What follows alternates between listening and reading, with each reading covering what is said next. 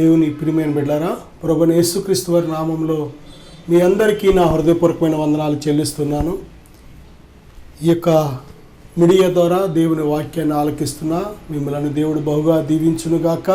ప్రభు ఇచ్చే అనేక ధన్యతలను గురించి మనం మరి ఒక భాగంగా ధ్యానం చేయబోతున్నాం. దేవుని వాక్యం ధ్యానించే ముందుగా చిన్న ప్రార్థన కూడా చేసుకుందాం. పరిశుద్ధుడా, ఘనమైన తండ్రి, మహోన్నతుడా, మహాగణుడా, మంచి దైవమా, మీకు స్తోత్రములు ప్రభువా. ఈ యొక్క సమయంలో నాయన ఇదిగో మీరు చెప్పిన, మీరు దయచేస్తున్న అనేక ధన్యతలను గురించి ధ్యానిస్తుండగా ప్రభువా, మీరే మాతో మాట్లాడండి. వినే చెవి, గ్రహించే హృదయం మా అందరికీ దయచేయమని యేసుక్రీస్తు వారి నామంలో అడుగుచున్నాను తండ్రి, ఆమేన్. దేవుని బిడ్డలారా, పరిశుద్ధ దేవుని జీవ గ్రంథంలో మనం చూసినట్లయితే అనేక ధన్యతలను గురించి ప్రభు మనతో చెబుతున్నారు.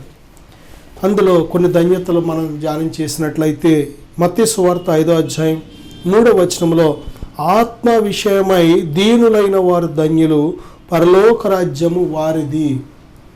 ఆత్మ విషయమై దీనత. దేని బిడ్డరా, ఆత్మ దేవుణ్ణి ఆరాధించడానికి, స్తుతించడానికి, దేవునితో నడవడానికి అన్నిటికీ కూడా ప్రాముఖ్యమైనది ఎవరంటే మన ఆత్మే. ఆత్మ అంటే మనిషి అన్న ఆత్మ. దేవుడు ఆత్మ కనుక ఆయన ఆరాధించేవారు, ఆయనను ప్రేమించేవారు, ఆయన స్తుతించేవారు, ఆయనకు ప్రార్థించేవారు అన్నిటినీ కూడా మనం దేనితో చేయాలంటే ఆత్మతో చేయాలి. ఎందుకంటే నోటుతో చేసేది, పెదవులతో చేసేది అంత శక్తివంతమైనది కాదు. అసలు ఏమాత్రము జవాబు తేలేదు. ఎందుకంటే దేని బిడ్డారా, మన నోటిలో నుంచి వచ్చే మాటలు అన్నీ కూడా హృదయంలోంచి రావు, మనసులోంచి రావు. దేని బిడ్డారా, మన మనసులోంచి వచ్చే ప్రతీది కూడా చాలా శక్తివంతమైనది. ఎందుకు మనసులోంచి రావట్లేదంటే, మనసు నిండా కూడా శరీర ఆశలు ఉండవచ్చు, మనసులో లోకం ఉండవచ్చు, మనసులో ఇంకా పాపం ఉండవచ్చు, మనసులో ఇంకా అవిశ్వాసం ఉండవచ్చు, మనసులో ఇంకా భక్తిహీనత ఉండవచ్చు. కాబట్టి అటువంటి మనసుతో మనం ఎప్పుడైతే ప్రార్థించినా, దేవుని స్తుతించినా, వాక్యం ధ్యానించినా అన్నీ కూడా వ్యర్థమైపోతూ ఉంటాయి. ఎప్పుడు కూడా మనసు లేక హృదయం అనేది సిద్ధం లేకుండా ఏమాత్రము మనం ఆ యొక్క హృదయంతో కానీ మనసుతో కానీ మనం ఏది చేసినా కానీ నిష్ప్రయోజనం అయిపోతూ ఉంటుంది. కనుక మన హృదయం అనేది చాలా ప్రాముఖ్యం, మనస్సు అనేది చాలా ప్రాముఖ్యం. దేని బిడ్డారా, హృదయం అన్నా ఆత్మ అన్నా ఒక్కటే. కనుక ఈ కేంద్రమైన హృదయాన్ని ఎప్పుడైతే మనం సిద్ధపరచుకుంటామో, బైబిల్ చెప్తుంది, మనము మన పాపములను గురించి పశ్చాత్తాపడినప్పుడు యేసు రక్తం మన ప్రతి పాపాన్ని కడిగి దేవునిని సేవించడానికి యోగ్యమైన మనస్సాక్షిగా సిద్ధపరుస్తుంది. ప్రభువైన యేసుక్రీస్తు వారి రక్తం చేత మనం కడగబడకపోతే మన మనస్సాక్షి ఏమాత్రం దేవుని సేవించడానికి యోగ్యంగా ఉండలేదు. దేని బిడ్డారా, మన యొక్క ఈ లోక సంబంధమైన ఆచారాలు, ఈ లోక సంబంధమైన భక్తి, లోక సంబంధమైన అనేక రకాల సిద్ధాంతాల చేత ఏమాత్రం మన మనస్సాక్షిని దేవుని సన్నిధిలో యోగ్యమైనదిగా సిద్ధపరచుకోలేం. దేని బిడ్డ, మన మనస్సాక్షిని కడిగి సిద్ధపరచగలిగింది ఒకే ఒక్కటి, ప్రభువైన యేసుక్రీస్తు వారి శిలువలో మన కోసం కార్చిన రక్తం. యేసు రక్తం మన ప్రతి పాపాన్ని కడిగి మనను పరిశుద్ధపరచగలిగే శక్తివంతమైనది. కనుక ఎప్పుడైతే మన పాపములను మనం ప్రభు దగ్గర ఒప్పుకుంటామో, పశ్చాత్తాపడతామో, విడిచిపెడతామో, ఆ క్షణమే ప్రభువారు మనల్ని కడిగి నూతనమైన మనస్సాక్షిని దయచేస్తున్నారు. నూతన హృదయము మీకు ఇచ్చేదను, నూతన మనసు మీకు ఇచ్చేదను, రాతి గుండె మీలో నుండి తీసివేసి మాంసపు గుండెని మీలో పెట్టేదను అని ప్రభు వాగ్దానం చేశారు. ఎవడైనాను క్రీస్తునందున ఎడల వాడు నూతన సృష్టి, పాతవి గతించను, ఇదిగో సమస్తము క్రొత్తవాయను. నిజమే. దేని బిడ్డరా, ప్రభువైన యేసుక్రీస్తునందు విశ్వాసం ఇచ్చినప్పుడు నీవు నూతన సృష్టిగా మార్చబడుతున్నావు. కనుక నీ ఆత్మ దేని బిడ్డరా ఎంత చక్కగా సిద్ధపడుతుందంటే ఆత్మ విషయమై కావలసిన దీనతను ధరించుకుంటుంది. ప్రభువైన యేసుక్రీస్తు వారిని ధరించుకుంటుంది. బైబిల్ చెప్తుంది కదా, క్రీస్తు యేసులోనికి బాప్తిసం పొందిన మనం అందరము క్రీస్తును ధరించుకున్నామని బైబిల్ చెప్తుంది. కనుక ప్రభువైన యేసుక్రీస్తు వారిని నువ్వు ధరించుకున్నావంటే అర్థం ఆయన సాత్వికతను ధరించుకున్నావని అర్థం. ప్రియబిడ్డలారా, ప్రభు చెప్తున్నారు, నేను సాత్వికుడను, దీన మనస్సు గలవాడునని నిజమే. యోహాను మత్తయి సువార్త 11వ అధ్యాయం 28వ వచనంలో, నేను సాత్వికుడను దేన మనస్సు గలవాడను కనుక నా యొద్ద నేర్చుకొనండి, మీ మీద నా కాడి ఎత్తుకొనండి, నా భారము తేలికగాను నా కాడి సులువుగాను ఉన్నదని ప్రభు చెబుతున్నారు. కనుక ప్రియమిత్రులారా, ప్రభువైన యేసుక్రీస్తు వారి మనస్సును మనం ధరించుకుంటున్నప్పుడు ఆత్మ విషయమై దీనత అనేది మనం కలిగి ఉండగలం. దేని ప్రియమిత్రులారా, ఆత్మ విషయమై దీనులైన వారు ధన్యులు. దేవుని ప్రియమైన బిడ్డలారా, ఆత్మలో ఎంతవరకు మనం దీనత కలిగి ఉన్నాం, ఎంతవరకు విరిగి నలిగిన మనస్సును మనం కలిగి ఉన్నాం, ఎంతవరకు మనము దేవుడు చెప్పిన ఆజ్ఞలను గైకొనగలుగుతున్నాం, దేవుని మాటకు లోబడగలుగుతున్నాం. ప్రియబిడ్డ, దీనుడు అంటే దేవుని వాక్యాన్ని గైకొని జీవించేవాడు. దీనుడు అంటే వంగునేవాడు కాదు. దీనుడు అంటే ఏదో చేతులు కట్టుకొని నిలబడేవాడు కాదు. దీనుడు అంటే దేవుని ఆజ్ఞలను గైకొనేవాడు. ప్రియబిడ్డ, ప్రభు చెప్తున్నారు కదా, నన్ను ప్రేమించువాడు నా ఆజ్ఞలు గైకొంటాడు. నా ఆజ్ఞలు గైకొనేవాడే నన్ను ప్రేమించువాడు. నా మాటలు మీరు గైకొనకుండా ప్రభువా ప్రభువా అని నన్ను పిలిచుట ఎందుకు అని ప్రభు చెప్తున్నారు. ప్రభువా ప్రభువా అని నన్ను పిలిచి ప్రతివాడు పరలోక రాజ్యంలో ప్రవేశింపడు, కానీ నేను చెప్పిన మాటల ప్రకారం జీవించేవాడే ప్రవేశించును అని ప్రభు చెప్తున్నారు. నిజమే దేని బిడ్డారా, దేవుడు చెప్పిన మాటల ప్రకారం ఎవరైతే జీవిస్తారో వారు బండ మీద తమ ఇల్లు కట్టుకొని నా బుద్ధిమంతుని పోలి ఉంటారని ప్రభు సెలవిస్తున్నారు. కనుక దేవుని మాటలు గైకొనేవాడే, దేవుని మాటలు ప్రకారం జీవించేవాడే ఎవరు అంటే దీనుడు. ఆత్మ విషయమై దీనులైన వారు ధన్యులు, పరలోక రాజ్యము వారిది. మనం దేవుని దగ్గర ఎంతగా తగ్గించుకుంటామో, ఆయన ఆజ్ఞలకు లోబడి జీవిస్తామో అంతగా దేవుని రాజ్యాన్ని మనం స్వతంత్రించుకోగలుగుతాం.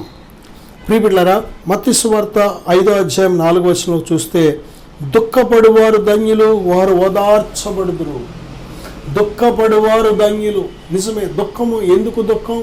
ఈ లోకంలో ఉన్నాం మనం. ఈ లోకంలో దేని బిడ్డలారా, దేవుని యందు భయభక్తులు కలిగి జీవిస్తున్నా, ఏ పాపము చేయకపోయినా, ఏ పొరపాటు ఏ తప్పు చేయకపోయినా మనం దుఃఖపడే పరిస్థితులు ఎదురవుతూ ఉంటాయి. ఈ లోకం అటువంటిది. అందుకే ప్రభు చెప్తున్నారు యోహాను సువార్త 16:33లో, లోకములో మీకు శ్రమ కలుగును, అయినను ధైర్యము తెచ్చుకొనుడి. లోకములో శ్రమ కలుగుతుంది. ఎవరికి శ్రమ? పాపులకి శ్రమలో, అవిధేయులకు శ్రమలో, భక్తిహీనులకు శ్రమలో, తిరుగుబాటు చేసే వాడికి శ్రమలో. కానీ దేవుని పిల్లలకు ప్రభు చెప్తున్నారు కదా, మీరు అభ్యంతర పడకుండా వల్లని ఈ మాటలు మీతో చెప్పుచున్నాను. ప్రియబిడ్డలారా, ఈ లోకంలో మీకు శ్రమ కలుగును, అయినను ధైర్యము తెచ్చుకొనుడి. లోకంలో ఉన్న మనకు ప్రభు చెప్తున్న మాట, తప్పనిసరిగా శ్రమ అనేది కలుగుతుంది. అభ్యంతర పడవలసిన పని లేదు. ఏంటి, నేను ఎంత నీతిగా బ్రతుకుతున్నాను, ఇంత యథార్థంగా బ్రతుకుతున్నాను, ఇంత ప్రార్థన చేస్తున్నాను, ఇంత ఉపవాసం చేస్తున్నాను, దేవునికి ఇంత కానుకిస్తున్నాను, అయినా నాకు శ్రమ వచ్చింది ఏంటని అభ్యంతర పడవద్దు. శ్రమ మేలు కోసమే. ప్రభు చెప్పినారు, దుఃఖపడువారు ధన్యులు, వారు ఓదార్చబడుదురు. నిజమే దేని బిడ్డారా, ఈ లోకంలో ఉన్నాం కనుక లోకంలో తప్పనిసరిగా శ్రమ కలుగుతుంది. ఏదో విషయంలో, ఏదో రూపంలో, ఎవరో ఒకరి ద్వారా, ఏదో ఒక పరిస్థితి ద్వారా మన జీవితంలో శ్రమ అనేది మన ప్రయాణంలో అక్కడక్కడ ఎదురవుతూనే ఉంటుంది. అలాగని అభ్యంతర పడవలసిన పని లేదు, కంగారు పడవలసిన పని లేదు. శ్రమ వచ్చినంత మాత్రాన మనం చెడిన వారం కాదు, పడిన వారం కాదు. కానీ శ్రమ మేలు కోసమే, శ్రమ ఆశీర్వాదం కోసమే. శ్రమ నంది నాకు మేలాయను అంటున్నాడు. ఎక్కువగా నా శ్రమల యందే నేను సంతోషిస్తున్నాను అంటున్నాడు. శ్రమ ద్వారా దేవుడు మనను సంపూర్ణులుగా చేస్తున్నాడు అంటున్నాడు. శ్రమ ద్వారా విధేయతను మనకు దేవుడు నేర్పుతున్నాడు. శ్రమ ద్వారా మనం హెచ్చిపోకుండా దేవుని యొక్క కంట్రోల్లో ఉండేలాగా శ్రమ మనకు మేలు చేస్తుంది అంటున్నాడు. శ్రమే మనకు గొప్ప ఉన్నతమైన బహుమానం, కిరీటం, జీతాన్ని పొందుకోవడానికి సిద్ధపరుస్తుందని అంటున్నారు. కనుక దేని బిడ్డలారా, దుఃఖపడే పరిస్థితులు వచ్చినప్పుడు ఏంటి నాకు ఈ దుఃఖం అని ప్రశ్నించుకుని అభ్యంతర పడవలసిన పని లేదు. బైబిల్ చెప్పింది, దుఃఖపడు వారు ధన్యులు, వారు ఓదార్చబడుదురు. తప్పనిసరిగా ఓదార్చే దేవుడు ఉన్నాడు, ఆదరించే దేవుడు ఉన్నాడు. ఆ దుఃఖాన్ని నాట్యంగా సంతోషంగా మార్చే దేవుడు ఆయన. బిడ్డలారా, మత్తయి సువార్త 5వ అధ్యాయం 5వ వచనంలో సాత్వికులు ధన్యులు, వారు భూలోకమును స్వతంత్రించుకుందరు. సాత్వికత, ప్రభువైన యేసుక్రీస్తు వారు చెప్పినట్టు ఆయన సాత్వికుడు కనుక, దీన మనస్సు గలవాడు కనుక ఆయన మనస్సును మనం ధరించుకోవాలి. సాత్వికత మనం ఎంతగా ధరించుకుంటామో అంతగా ఈ భూమి మీద దేవుని బిడ్డలారా భూలోకాన్ని స్వతంత్రించుకుంటామని ప్రభు వాగ్దానం చేశారు. మత్తయి సువార్త 5వ అధ్యాయం 6వ వచనంలో నీతి కొరకు ఆకలి దప్పులు గలవారు ధన్యులు, వారు తృప్తిపరచబడుదురు. చూడండి, ఆకలి దప్పులు, తల్లిదండ్రులు పోషించే తల్లిదండ్రులు లేక చాలామందికి ఆకలి దప్పులు. బిడ్డలారా, ఈ లోకంలో అనేక రకాల పరిస్థితులు ద్వారా ఆకలి దప్పులు ఎదురవుతూ ఉంటే ఇక్కడ నీతి కొరకు ఆకలి దప్పులు. నువ్వు నీతిమంతుడిగా నీతిమంతురాలుగా బ్రతికితే నిజంగా ఆకలి దప్పులే. చాలామంది నేను పనిలో పెట్టుకోరు, చాలామంది ఉద్యోగంలోంచి నేను తీసేయచ్చు. నువ్వు నీతిమంతుడిగా నీతిమంతురాలుగా బ్రతికితే నీ చుట్టూ ఉన్న లంచగొండి గ్యాంగ్ ఉంటుంది చూసారా, వారు నేను ఉద్యోగం చేయనివ్వరు. నీ చుట్టుపక్కల ఉన్న ప్రజలు వారు అనేక రకాల దుర్మార్గ పనులకు తప్పుడు పనులకు అలవాటు పడ్డారు కాబట్టి నువ్వు వారితో కలవకపోతే వారు నిన్ను ఆ ఉద్యోగంలో చేయనివ్వరు. నువ్వు చేసే పనిలో కూడా నీ చుట్టూ ఉన్న ఎవడో ఒకడో ఇద్దరో కొద్దిమంది ఉంటూ ఉంటారు. వారితో పాటు ఆ తప్పుడు పనులతో నువ్వు కూడా పాలు పంపులు పొందకపోతే ఏ విధంగానైనా నీ మీద లేనిపోయిన నేరాలు మోపి ఆ పనిలోంచి తీసేస్తూ ఉంటారు. దేని బిడ్డారా, చూడండి, నీతి కొరకు నీతిగా నీతిమంతుడిగా నీతిమంతురాలుగా నువ్వు బ్రతికితే ఈ లోకంలో సమృద్ధి అయిన అన్నం కూడా దొరకదు. కానీ దేవుడు వాగ్దానం చేశాడు, నీతి కొరకు ఆకలి దప్పులు గలవారు ధన్యులు, వారు తృప్తిపరచబడుదురు. దేవుడు ఆయన పిల్లలను తృప్తిపరిచే దేవుడు. ఆయన ఆకలి దప్పులతో ఉంచడం. అడవిలో సింహం పిల్ల అయిన ఆకలి ఉంటాయేమో కానీ ఆయన యందు భయభక్తులు కలిగిన వానికి ఏ మేలు కొదువై ఉండదు అని బైబిల్ చెప్తుంది. ప్రియబిడ్డ, నేను పోషించే దేవుడు. దేవుడు మనలను అద్భుతమైన రీతిలో కరువులో సైతం పోషించే దేవుడు, ఆపదలో పోషించే దేవుడు.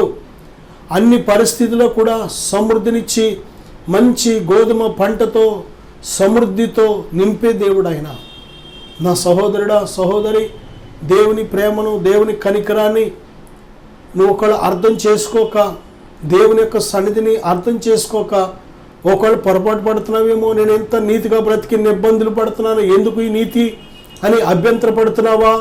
కాదు, నీతిమంతుడు అని నువ్వు నీతిమంతురాలు అని నిరూపించే సమయం అది. కొన్ని పరిస్థితులు నువ్వు నీతిమంతుడు అని నీతిమంతురాలు అని నిరూపించే పరిస్థితులు. దేని బిడ్డ, మత్తయి సువార్త 5వ అధ్యాయం 7వ వచనంలో కనికరము గలవారు ధన్యులు, వారు కనికరము పొందుదురు. కనికరము గలవారు ధన్యులు. కనికరము, దేవుడు మనలను ఎలాగ కనికరించాడో మనం కూడా ఇతరులను కనికరించే వారిగా ఉండాలి. దేవుడు ఎలాగైతే మనల్ని క్షమించాడో మనం కూడా ఇతరులను క్షమించే వారిగా ఉండాలి. దేవుడు ఎలాగైతే మనకు సహాయం చేస్తున్నాడో మనం ఇతరులకు సహాయం చేసేవారిగా ఉండాలి. దేవుడు ఎలాగ మనల్ని ఆదరిస్తున్నాడో మనం కూడా ఇతరులను ఆదరించేవారిగా ఉండాలి. దేవుడు ఎలాగైతే మనకు తన చేతిని సహాయాన్ని అందిస్తున్నాడో మనం కూడా మన చేతిని అందించి ఇతరులను లేవనెత్తే వారిగా మనం ఉండాలి. దేవుని ప్రియమైన బిడ్డలారా, కనికరము గలవారు ధన్యులు, వారు కనికరము పొందుదురు. మత్తయి సువార్త 5వ అధ్యాయం 8వ వచనంలో హృదయ శుద్ధి గలవారు ధన్యులు, వారు దేవునిని చూచెదరు. హృదయ శుద్ధి చాలా ప్రాముఖ్యమైనది. దేవుని చూడాలి అని మాత్రమే కాదు, దేవునితో నడవాలన్నా, దేవుని ప్రక్కన కూర్చోవాలన్నా, దేవునితో నిత్య సహవాసం చేయాలి అన్నా, దేవుని ఆత్మ నీలోకి వచ్చి నివాసం ఉండాలన్నా తప్పనిసరిగా ప్రాథమికమైన క్వాలిఫికేషన్ ఏంటంటే పరిశుద్ధత. ఆయన పరిశుద్ధుడు కనుక మనం కూడా పరిశుద్ధులుగా ఉండాలని దేవుడు కోరుతున్నాడు. అపవిత్రమైన ఘట్టాల్లో దేవుడు ఉండలేడు. అపవిత్రమైన కళ్ళకు తను తాను బయలుపరుచుకోలేడు.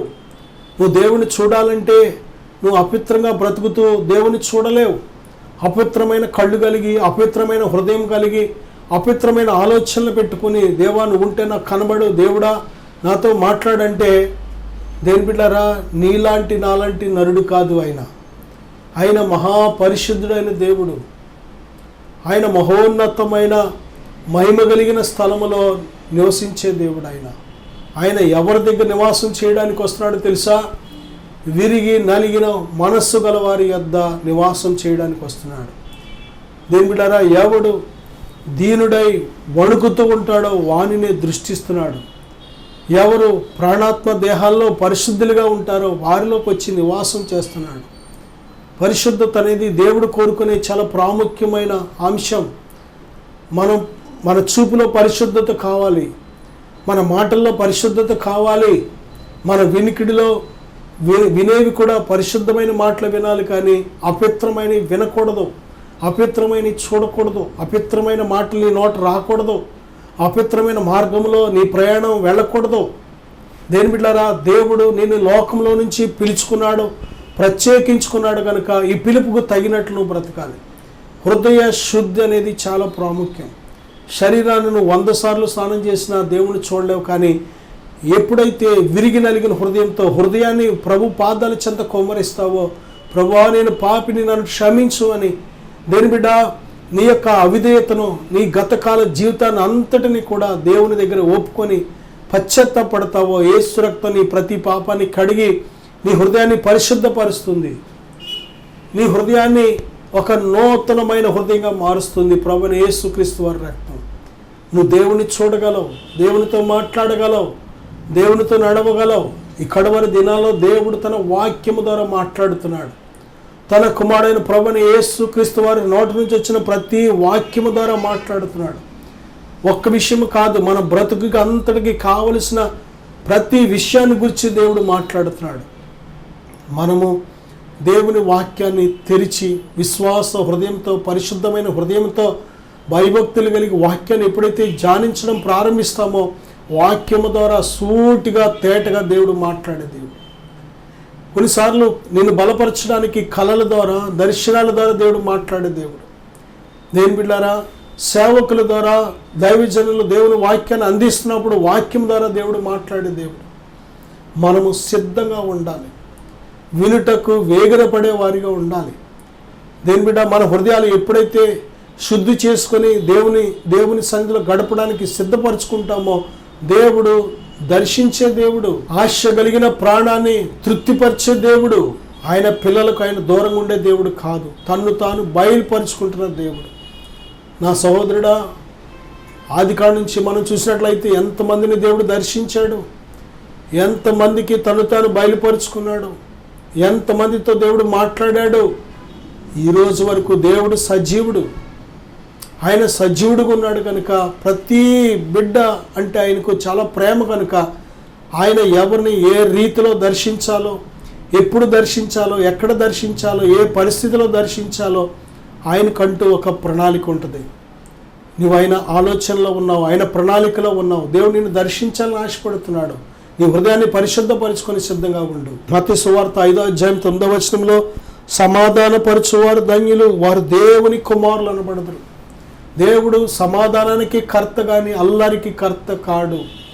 సమాధానం ఎక్కడ లేదో అక్కడ సాతాను, దెయ్యాలు, దురాత్మలు పనిచేసేదన్నమాట. అల్లరి, దెబ్బలాట్లు, కొట్లాట్లు, తిట్లు, బూతులు, ఒకరి మీద ఒకరు దాడి చేసుకోవడం, దీని అంతటి వెనకాల డైరెక్టర్ ఎవరంటే సాతాను.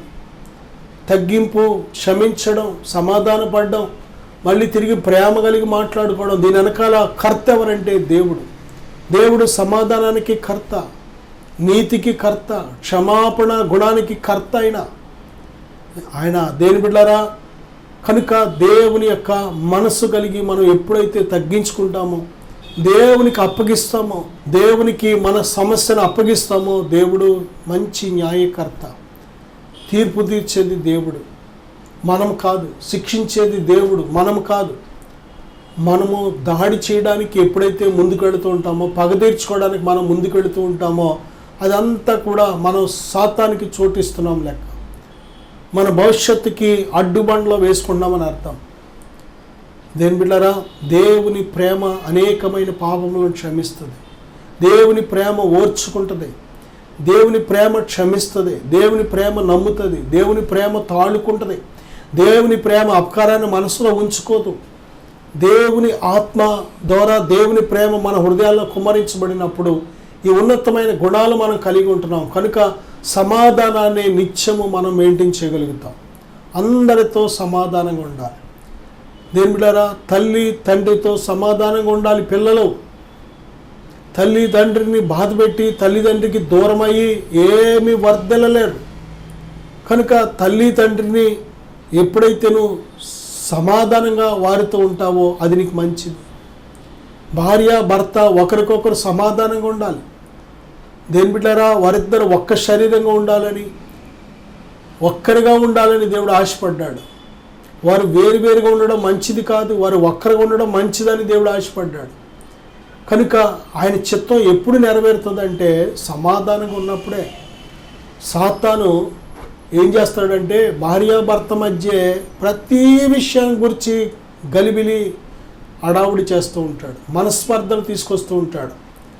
సాతాను ఏ భార్యాభర్త మధ్య ఉన్నాడో ఆ భార్యాభర్త ఏమాత్రం సంతోషంగా ఉండలేరు, సమాధానంగా ఉండలేరు, ప్రేమగా ఉండలేరు. కారణం వారి మధ్య సాతాను ఒకరి మీద ఒకరికి ప్రేమను తగ్గించేస్తూ ఉంటాడు.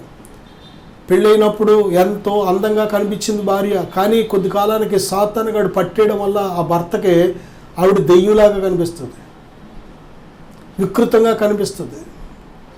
దేని బిడ్డారా, ఒకప్పుడు దేవదూతలా కనిపించింది, కానీ సాతాను పట్టేయడం వల్ల వాడికి దెయ్యంలాగా వికృతంగా కనిపిస్తూ ఉంటుంది, అందవికారంగా కనిపిస్తూ ఉంటుంది.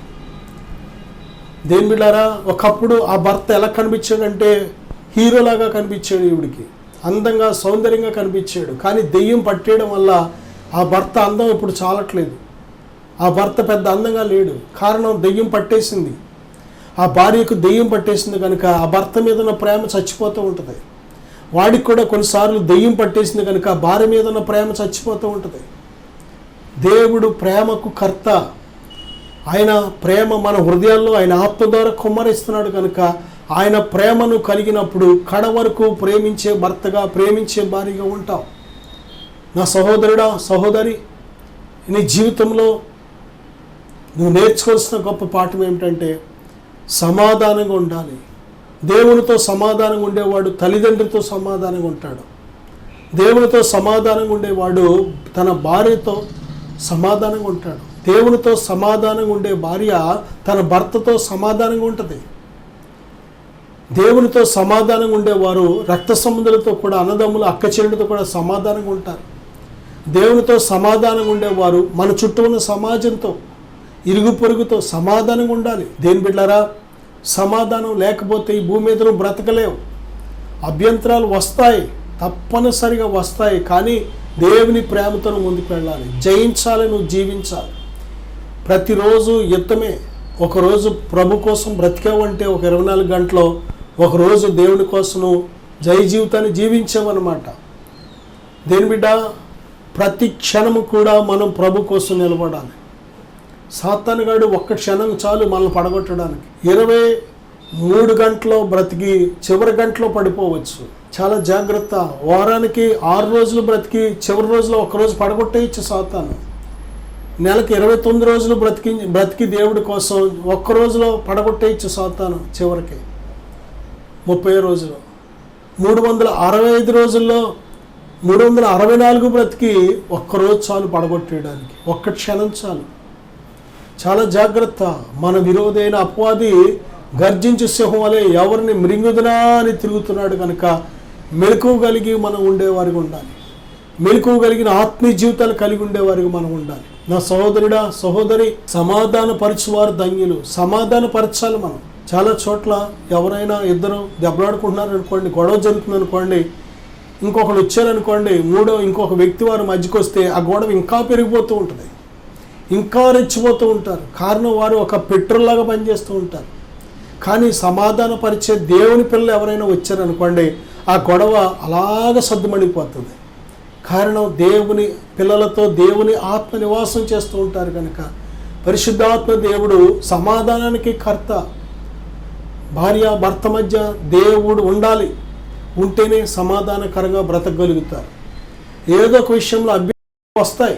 డబ్బుల విషయంలోనో, ప్రయాణాల విషయంలోనో, తినే విషయంలోనో, ఆహార విషయంలోనో, కట్టుబాట్ల విషయంలోనో, ఏదో ఒక విషయంలో ఏదో ఒక అభ్యంతరం కలుగుతూ ఉంటుంది. కానీ అలాగని నీవు వారితో జగడానికి దిగవలసిన పని లేదు. దేవుడు సమాధానపరిచే దేవుడు. ప్రతి పరిస్థితిని ఆయన కంట్రోల్లో ఉంచే దేవుడు. ఆయన నిత్యము నెమ్మది సమాధానంతో నీ హృదయాన్ని నింపే దేవుడు. ఆయన మన చుట్టూ ఉన్న ప్రజలతో మనం సమాధానంగా ఉండాలి.